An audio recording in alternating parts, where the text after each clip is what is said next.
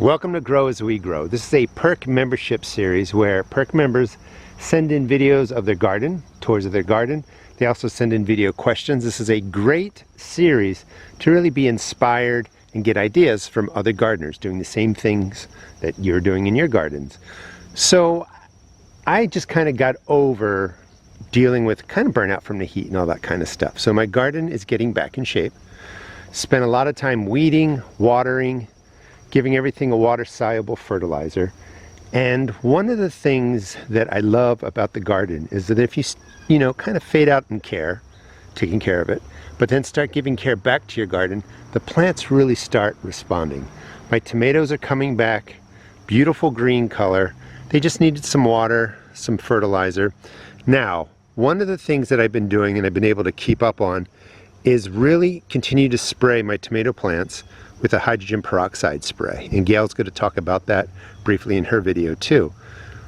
It really keeps the problems off, early blight in my area, so that even while the plants are struggling in the heat, they are now coming back beautifully. And I'm going to have tomatoes well into late September. So my energy is back, the garden is starting to respond. I'm really excited about that. And here's, a good example of just all the tomatoes that are on the chef's green. We'll be talking about watermelon too. There's a question about melons. And even though some of the plants are yellow and beat up, that is not from disease. That's just from watering and heat issues. But they are springing back. And over really the next week, 2 weeks, maybe 3 weeks, the tomatoes are going to just be doing incredibly well here. Let's take a look at Gail's garden. She's going to give us a tour of tomato plants, pepper plants, and just a beautiful, beautiful garlic harvest.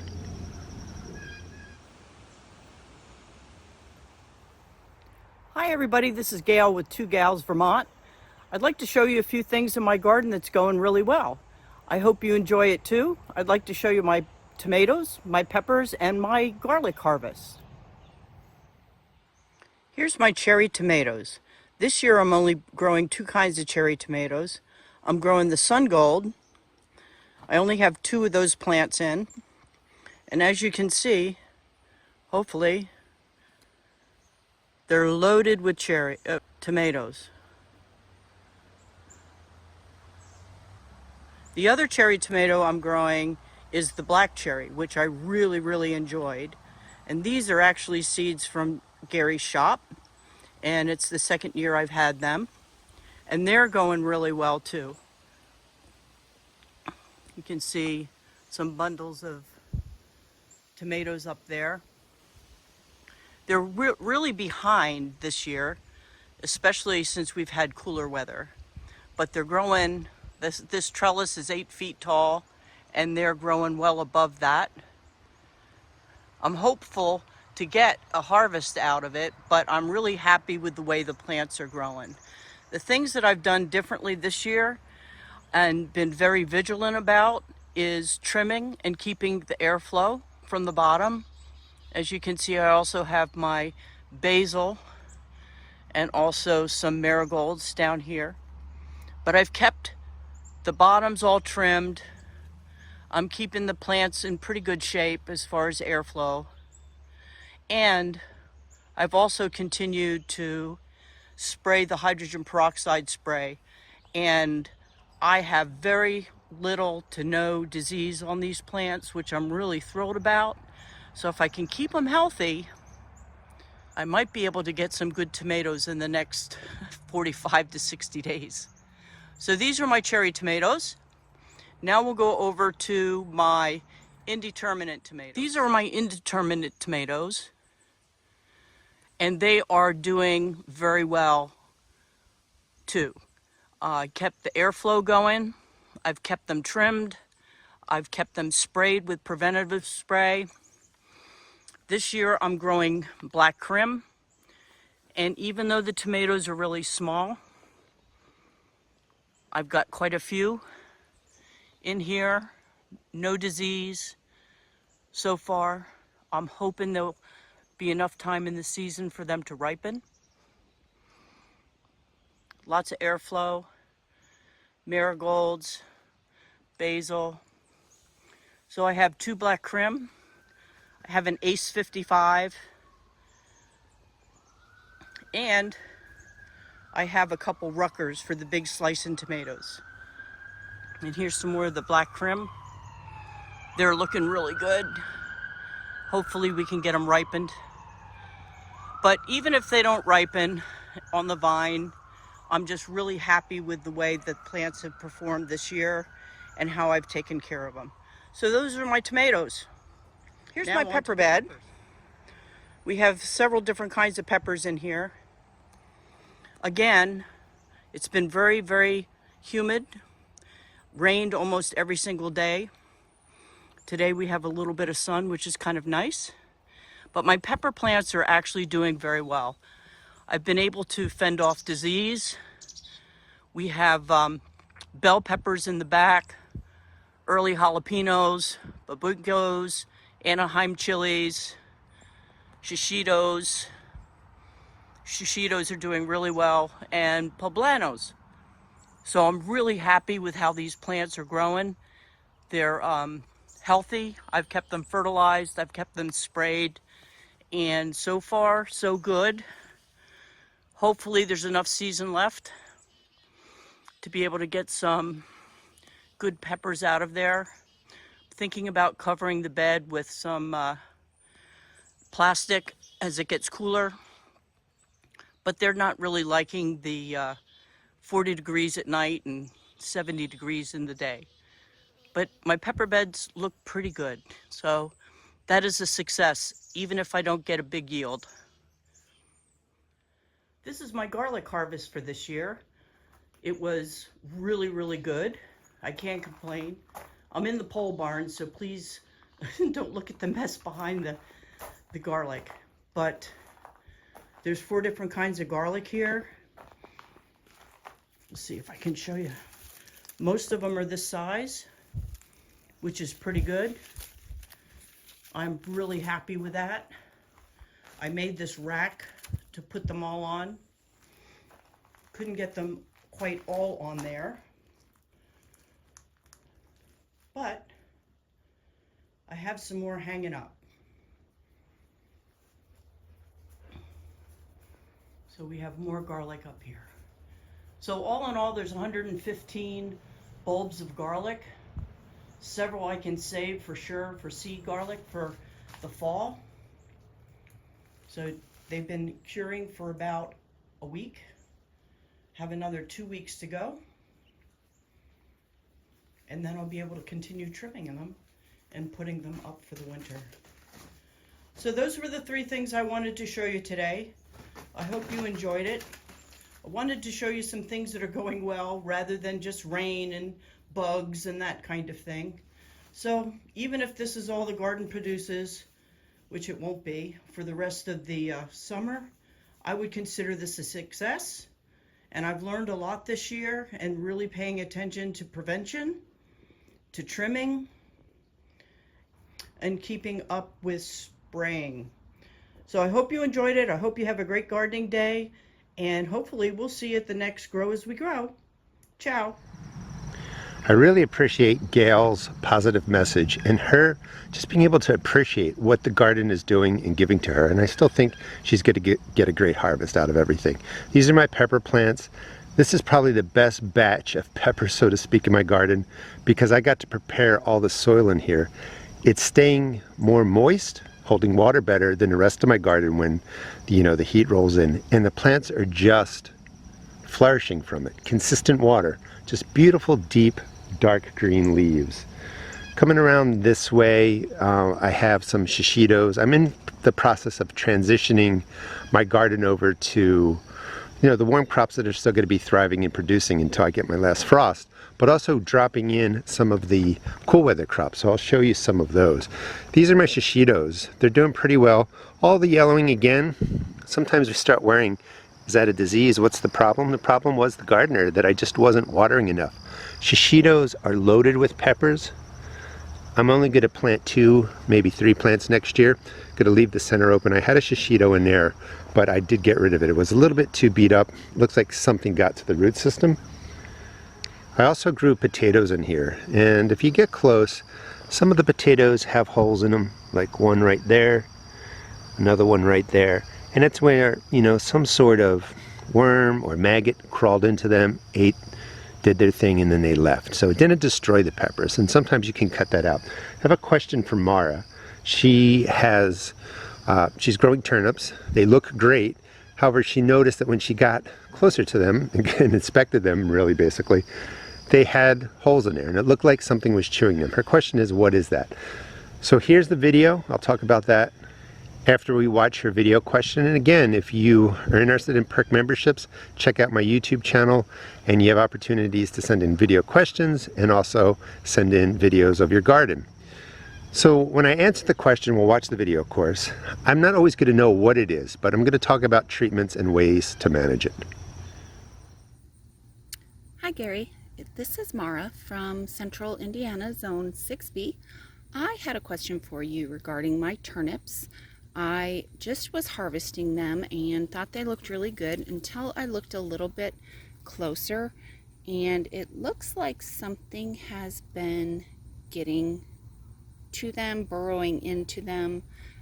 It is on all of the turnips that I harvested today. I checked my rutabaga that was growing right next to it, and it looks like I have some of the same on that. So can you give me some idea what would cause this, and if I need to, or how I can treat it so I can actually have a harvest to enjoy?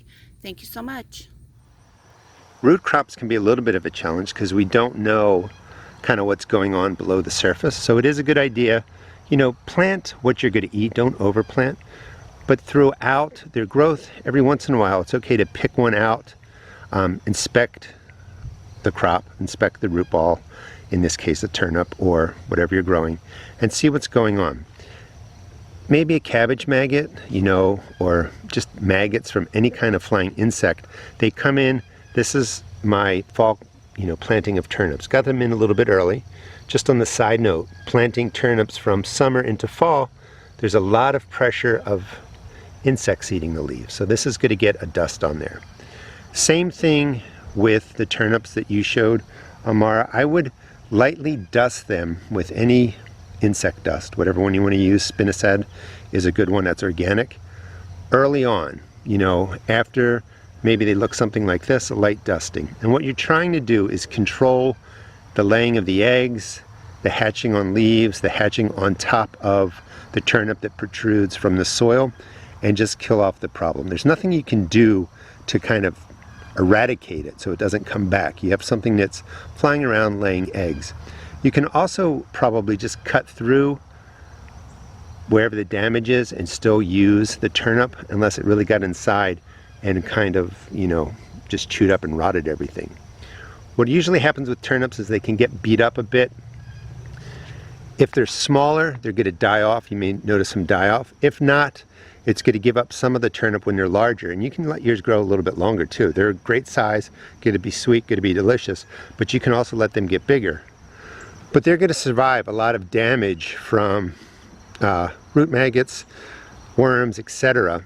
And you just want to have a plan in place now. You know that they show up, you know that the problem shows up, so you're going to just go on a dusting routine. And it doesn't have to be like every 5 days. You know, dust, when I just showed you the size of the seedlings then, maybe 2 weeks from there, you know, another 2 weeks. And then when you really see the bulb, or the root ball, I should say, pushing through the ground, you want to get in there and dust again. That should control the problem overall. It also helps too is if you can catch and see and identify the problem, it makes treatment a little bit easier. So I've cleaned up my whole garden except this space. That's going to be my next job, is to really get in there and clean this up. I have a rabbit hiding in here. And if I didn't mention it earlier, if you're interested in using hydrogen peroxide in your garden, I will link some information in the video description. Let's take a quick look over here at my fabric pot garden. We're going to go to Nina's garden in a second. She's growing everything in fabric containers, and it's a great video. Shows all the different things you can grow. She's growing fruits, flowers, vegetables, and she's going to give you some really good ideas on trellising that she just has, you know, popped throughout her fabric pots. These are cowpeas, a wonderful pea, a bean, even though they're called cowpeas, a wonderful bean to harvest when they're smaller, maybe about this size right in there, and you just use them like green beans. I let a lot of them grow, mature, dry, harvest the beans, and I use them through the winter. Like right in here, there's an insect. I have to research, see what that is, because there's another one right down there. Maybe a friend, maybe a foe. But just like when I was talking about the turnips, you want to try and find what's causing the problem. So I don't know what that insect is, but I'm going to look it up. I really recommend cowpeas. They grow really well. They're resistant to a lot of diseases. It's only about 4 plants that you see here, and they really, really are prolific. Have some beans in for my next wave of warm crops. Beans will mature in 45 days. And this is essentially my fabric pot garden. Have peas in there. Let's take a look at Nina's garden. Hi, my name's Nina. I'm in Zone 5B in Colorado, and here's a little bit of my garden. So over here is my brassica area. You can see that I harvested the broccoli from this one. So I already had one really beautiful crown off of this. It's making little side crowns. I have another one over here. I also have a Brussels sprout. You can see that the pests have been pretty rough this year. It's been kind of awful. But there's new fresh life down at the bottom, so I'm happy about that. This is a sugar baby watermelon that I put on what I've been calling a ghetto trellis. I made this trellis out of these poles and some rings that I bought on Amazon for really cheap. But you can see there's flowers on it. I'm actually really happy about the life on this plant. I think it is really looking good. This is an eggplant that's doing good. It's got a lot of flowers going on it.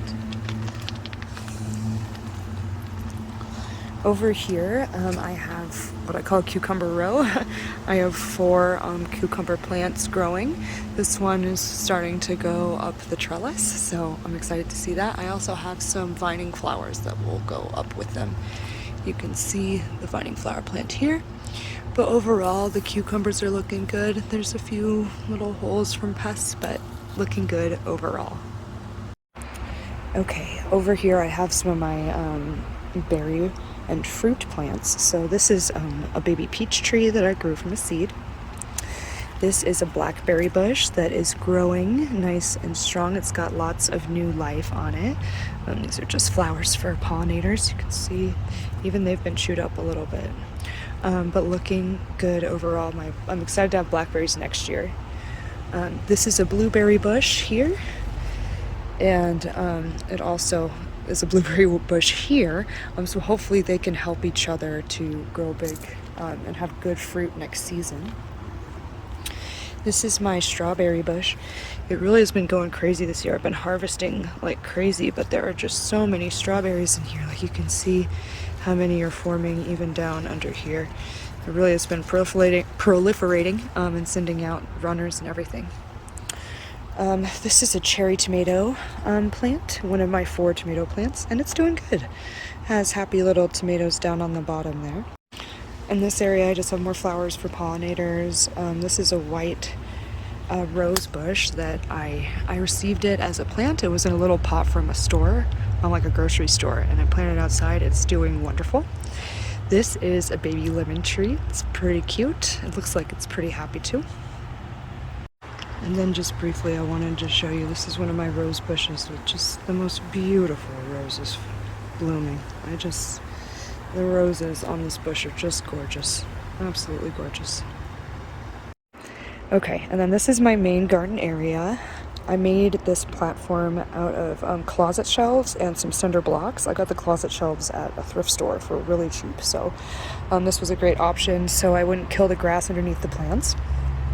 Over here, this is a jasmine plant, and you can see that I'm finally getting some flowers off of this jasmine. It's beautiful. This is a honeydew plant. I am going to put a trellis in here so it can grow up that. This is my little pepper section, or some of my peppers. This is a serrano pepper plant that just has so many little baby serrano peppers on it. It's doing great. This is a habanero here. This is a mocha swirl, which does have, if you look back here, this guy has peppers on it as well. I'm not sure why these two got a little bit stunted, but they're a little smaller. These are my other tomato plants, you can see here. This is a golden jubilee. You can see there's tomatoes forming there. This is a Roma plant. There's a zillion Roma tomatoes forming. This is a Rapunzel tomato, which makes really long strands of cherry tomatoes. And you can see, like, look here at how many flowers on this one strand. And over here, it's going to be absolutely beautiful. And I'm looking forward to eating all these tomatoes and making sauce with all of them. See if different varieties taste better or worse. But they're doing great. This is a little red Russian kale that just sprouted, so hopefully it'll grow big and strong. I've got an okra plant that's doing well. These are russet potatoes that are flowering. They look beautiful. Over here I've got, these are some more peppers. I've got a baby bell pepper forming there. Those are jalapenos. And then this is a sugar cube cantaloupe plant. This will grow individual sized cantaloupes. It's looking pretty freaking good. It's got a bunch of flowers on it, and the pollinators just are always buzzing around over here. These are, look at this. Spotted in the act. Okay, had to deal with it. That's one of the pests I've been dealing with, are these Japanese beetles. These are Yukon gold potatoes. This is my just regular kale, green kale plant. I think blue curled leaves. And yeah, that's my garden.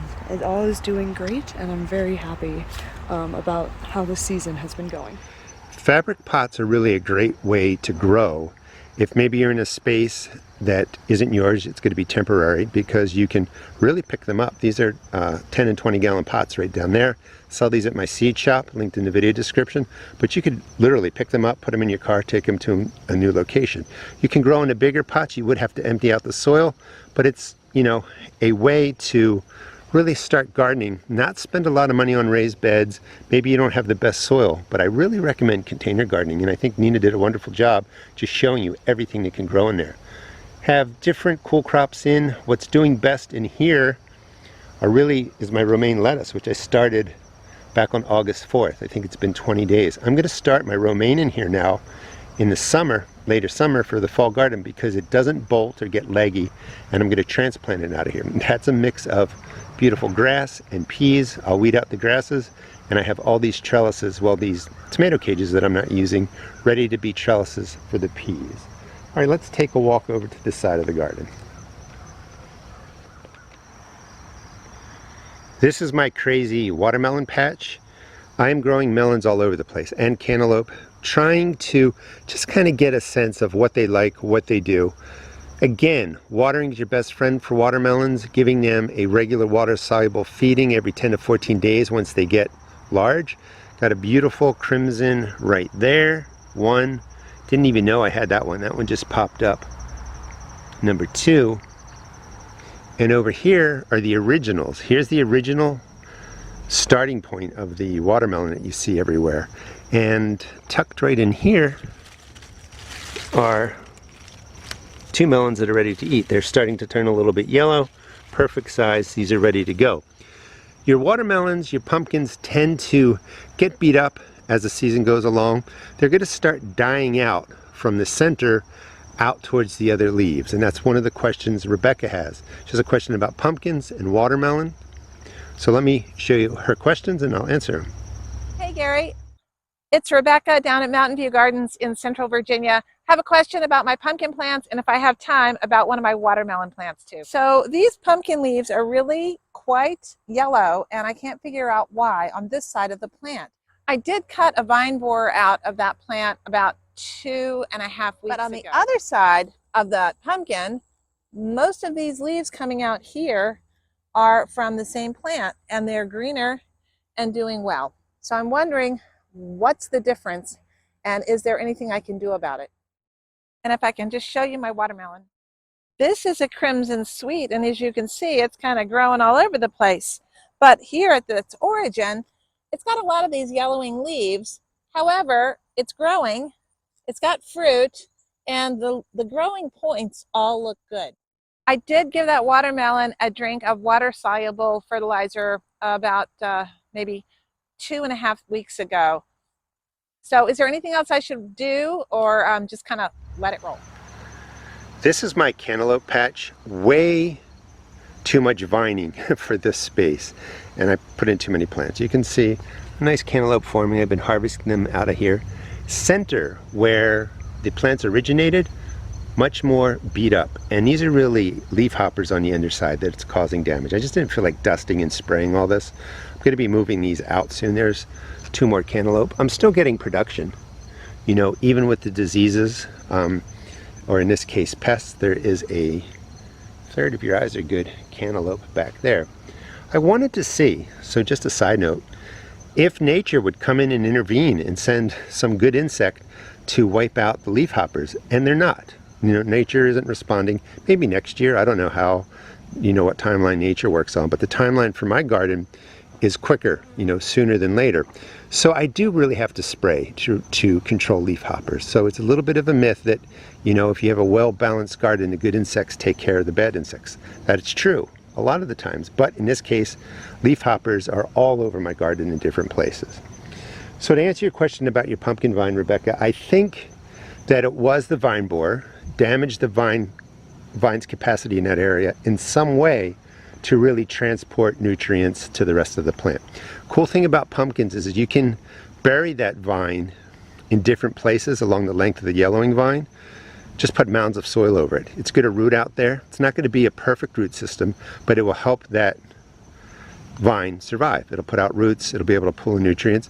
Water the mounds you put over there with a little bit of water-soluble fertilizer. But most importantly is the rest of the plant looks pretty good. It's going to send off offshoots in different places, and you should have, you know, really nice production out of that plant. Here's a watermelon. It's growing in my fire ring here. The bottom is open. There's a little baby cantaloupe. That cantaloupe, like I said, is everywhere. These are sugar baby watermelons. There's a beautiful one right there. What I'm noticing is the leaf hoppers are staying with the cantaloupe, not so much affecting the leaves of the watermelon. So part of what I do in the garden is just walk around and try and learn and see what's going on. And again, this could be sprayed, controlled better, but it all started happening again when I got tired out. Your other question was, the question was about watermelon. This is my garden outside the main garden, and these are all watermelon vines. They're looking pretty good, nice and green. They weren't getting watered well. And just a side note too, is that little melon right down there that has split right in the center of the screen, that was from gardener error. Because I let this kind of dry out and then I came in and I soaked it so much, this plant pulled in the water really quickly and that little melon split. When you have vines or crops really that have been starved of water, water them a little bit more slowly. You know, maybe some in the morning, let them absorb the water, give them some more later, and even again the next day. Sometimes when you flood the space with water, it can cause cracking to tomatoes, splits in the melons and stuff like that. So your question was actually a really good question, because it is the center leaves that were the first leaves right at the roots that are beginning to yellow. Not exactly sure why, but this is what happens. When a plant is starved for nutrients, it wants to send all the nutrients out to the growing tips basically. So it will stop feeding the leaves inside. The plant takes nutrients from those leaves, the leaves yellow and die off. Also sometimes spider mites or other insects can get to those leaves first because they were already there. They set up nesting, whatever they do, feed on the leaves, kill the leaves off, and then they slowly work their way out to the rest of the leaves. So 2 things you can do is you're already doing one of them, is you're feeding them. So give the plants, again, some more water-soluble fertilizer.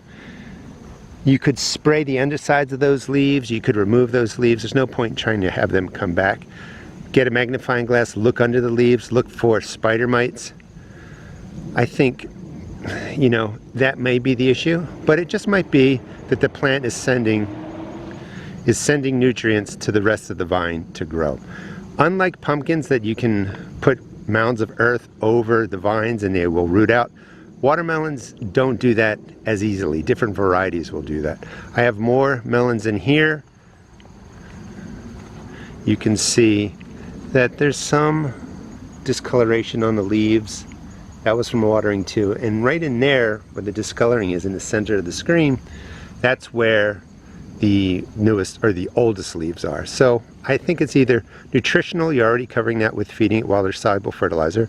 If they're, you know, that big, you can really do it every 10 days. Not a ton of fertilizer, but just a nice drink around the base. Or give it a spray, check and look for spider mites. All right, let's go to another part of the garden. I did have a rabbit get into my garden, I talked about in another video, so it ate down some of these cool weather crops. I'm using these 3 beds, that's lettuce over there, romaine lettuce, using a shade cloth to really get things growing.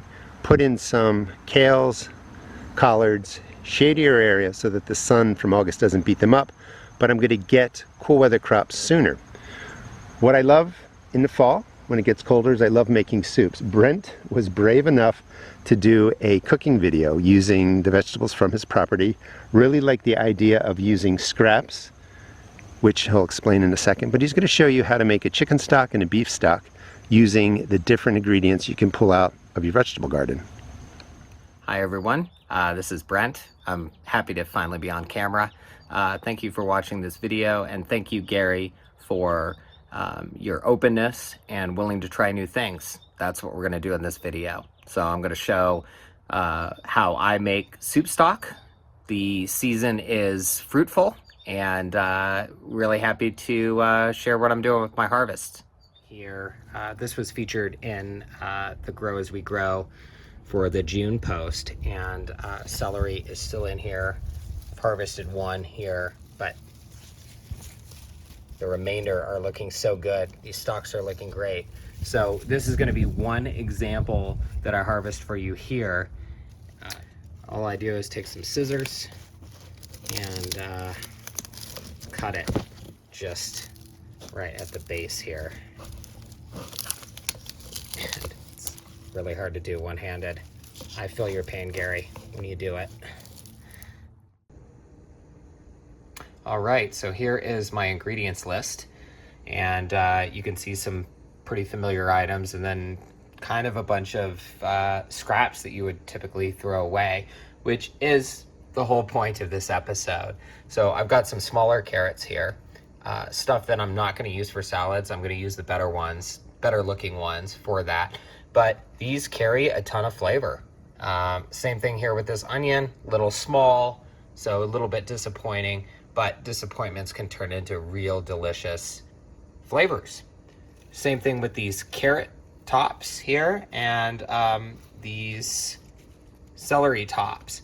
The advantage to growing your own food is you get all of these bonus items that most likely in a lot of grocery stores are chopped off, are discarded.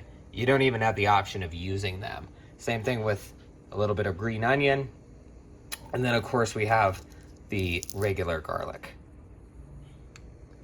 One bonus to this video, a lot of chefs do this, and some of you may know it as well, but these papery skins can be really hard to get off of garlics. So here's a bonus tip.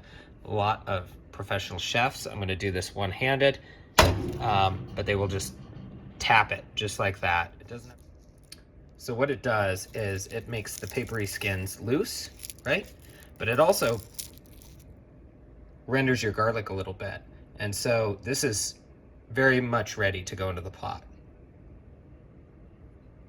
Just another real quick shot at the garlic here. It's looking great. Yeah, a little bit smashed. Of course, we smashed it, but that's good. A lot of these flavors are gonna really incorporate into the soup stock. So I filled the pot about halfway with water. You can always add more later. So the next step here is we're just gonna add the fresh vegetable ingredients.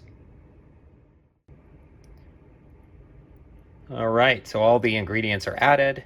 It looks a little bit full now, but these items are gonna shrink. We're gonna basically put the lid on, we're gonna let it simmer, we're gonna let this rest. This house is gonna smell amazing for the next several hours. All right, it's been about a half an hour to 45 minutes. Just wanted to cut in and show how everything's reduced in our chicken stock. So this is just gonna keep going. We're just gonna simmer this away for a little bit. The other thing I wanted to bring up here, we're gonna also go over some beef stock.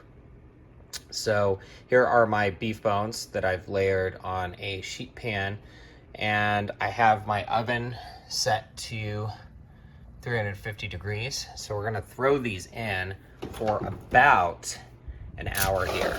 So let's get these in. All right, so here we go. Beef bones coming out of the oven. And they look fantastic.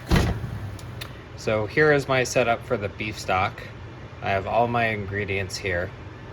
We have peppercorns, we have onions, we have tomatoes. I also have carrot greens and the celery greens. I also have some vinegar here.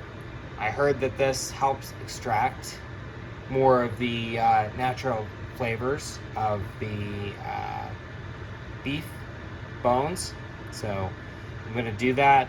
And all right, so everything's in for the beef stock. It's looking really good.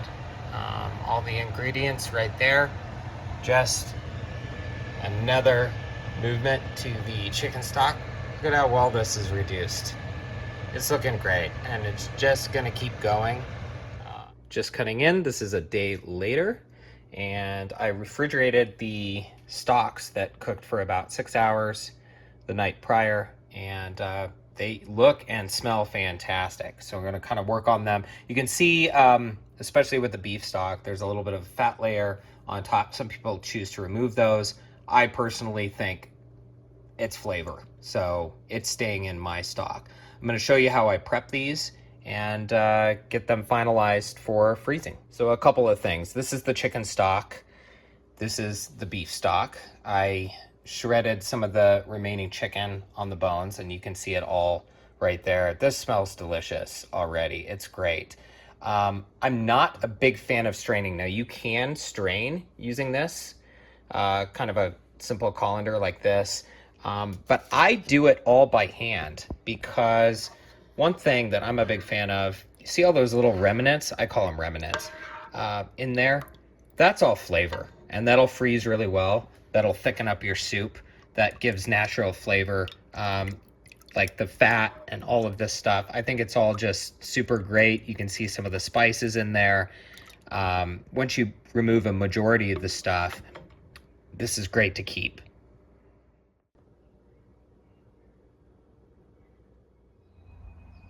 Thank you so much for viewing my video, and have a great day, everyone. For those of you who have not tried it, making cooking videos is a little bit more difficult because you have to film so many parts. So I applaud Brent in creating the video and really for giving us so much good information about how to make soup stock. And I really like the idea of bonus items that you don't find at grocery stores. All the cuttings and pieces that you take off of your vegetables, you know, vegetables that aren't pretty, can all be used to make soup stocks. You can freeze it, you can have it for later, you know, in the winter. Let's finish up here.